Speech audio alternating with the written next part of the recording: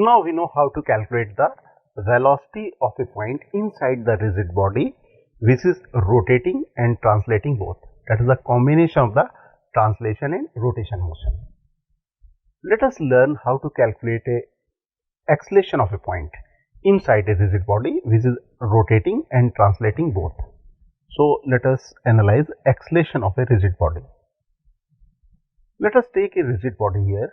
You can observe this rigid body is accelerating with acceleration A. Center of mass of this rigid body is moving with acceleration AC vector.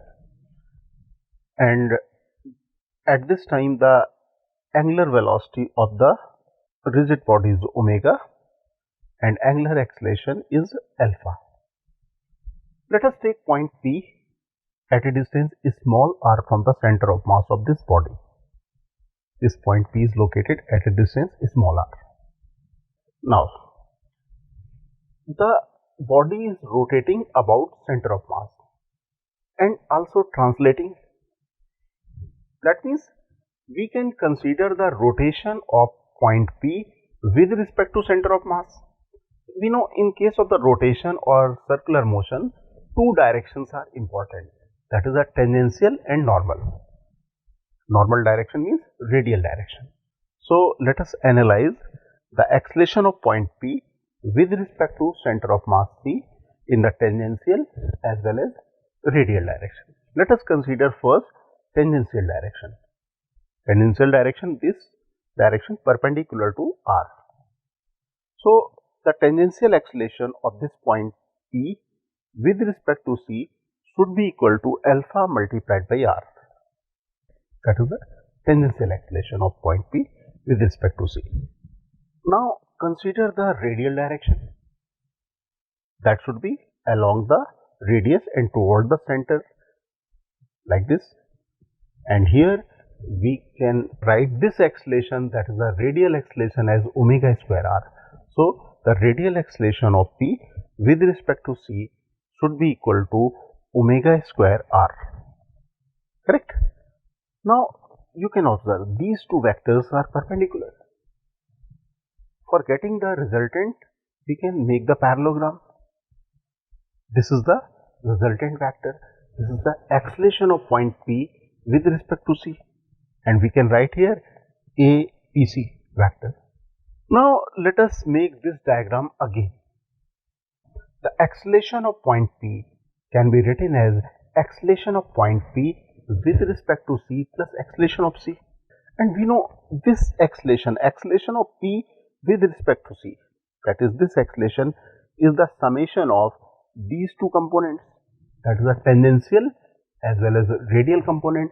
So in place of this vector we can write this vector in the radial direction and this vector as a tangential direction. So we can write here acceleration of P with respect to C in the radial direction plus acceleration of P with respect to C in the tangential direction plus AC. Now if we substitute the values, this value, and if this value is given, we can find the net acceleration of point P.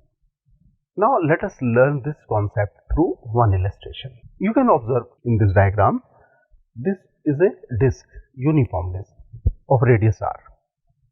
It is spinning with the angular velocity omega and it is also having the angular acceleration alpha. And center of mass of the disk is having the linear acceleration A, and we need to find the magnitude and direction of the acceleration of point P.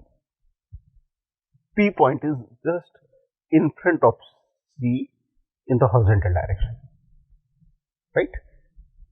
So what we need to do? We know in circular motion or rotation motion, two directions are important. One is tangential, second is radial direction. So first we will do one thing, we will consider the acceleration of P with respect to C. Now let us consider the radial direction first. Radial direction means along the radius toward the center, this vector, and this radial acceleration of point P with respect to C should be equal to omega square r. Now come to tangential direction. You know, tangential acceleration will be in downward direction, vertical downward direction.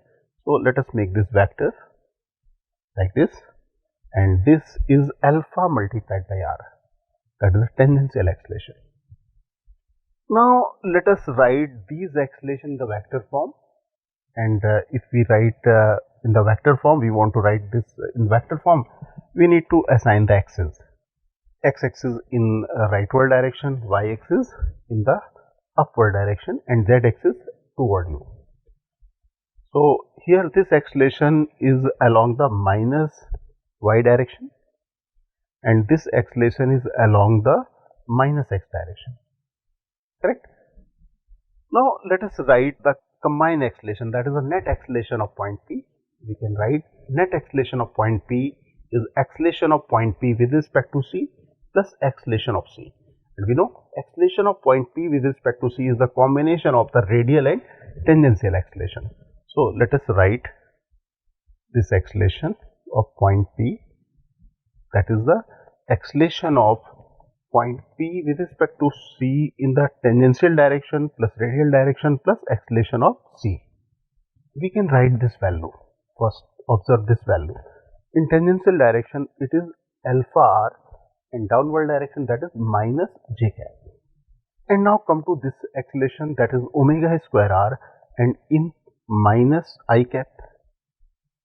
And here this acceleration, that is the acceleration of the center of this disk, is along the rightward direction, that is a I cap.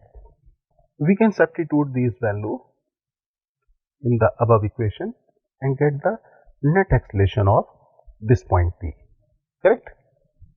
Now let us write this acceleration again.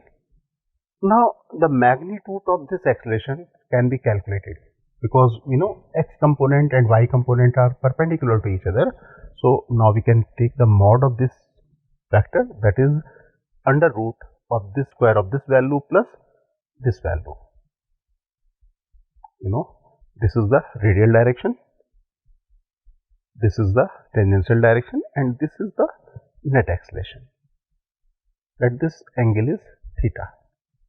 So as we discussed, we can take the mod of this equation because these components are perpendicular. So magnitude is a minus r omega square whole square plus r alpha whole square and under root. This is the magnitude, and for getting the direction you can follow this diagram.